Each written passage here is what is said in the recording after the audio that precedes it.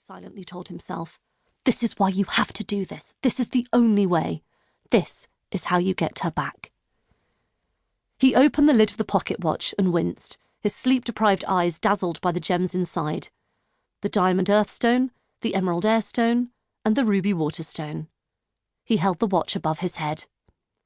"Rain!" he commanded, feeling the addictive surge of power that the chaos stones always gave him. A beam of red light shot from the waterstone and pierced the dark air of Tartarus. A vast black cloud formed over the burning river and, with a distant rumble of thunder, rain started to pour down on the river of fire. Elliot stood back and waited for the blaze to die down. "Why isn't it working?" he said after a few moments. "Wrong sort of rain," drawled Thanatos, walking up behind him. Elliot shuddered involuntarily. The demon of death's voice never failed to chill him to the core. "What do you mean?" he growled impatiently, watching the raindrops fizzle out as they fell on the raging flames.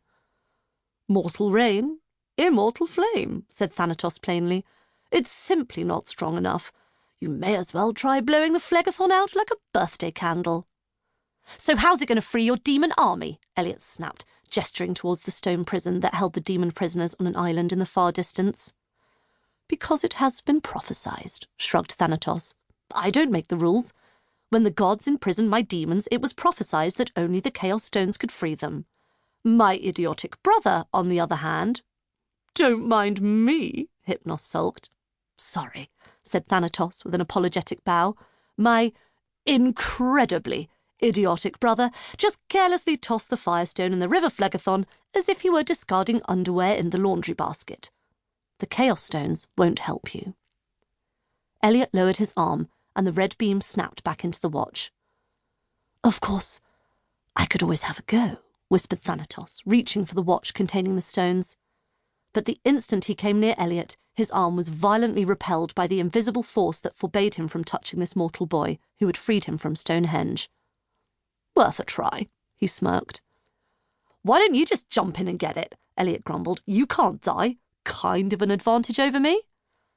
"True," said Thanatos, "but I can still be burnt horribly by the attempt and live out my endless days in agony. Honestly, you have the better end of the deal."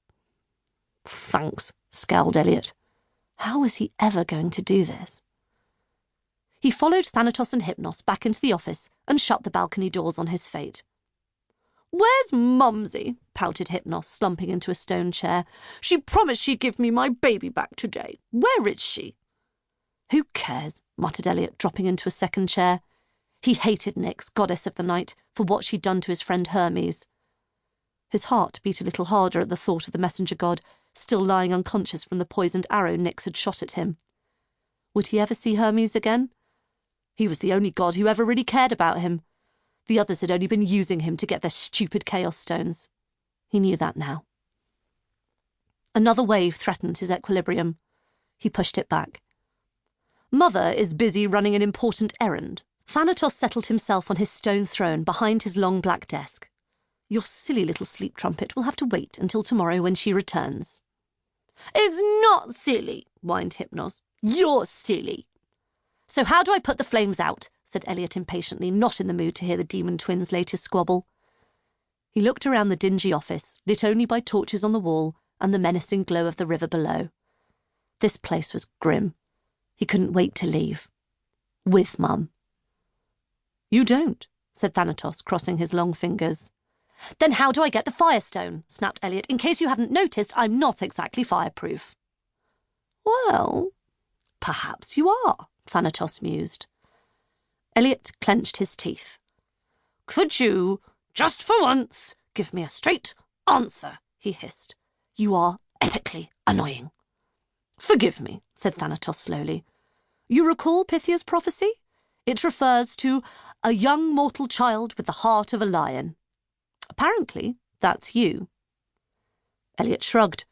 That same prophecy had also said that he could conquer the world with the help of 4 stones. He remembered that bit. "Well, now we're going to find out for sure," said Thanatos. "Only the truly courageous can survive the flames of the phlegathon.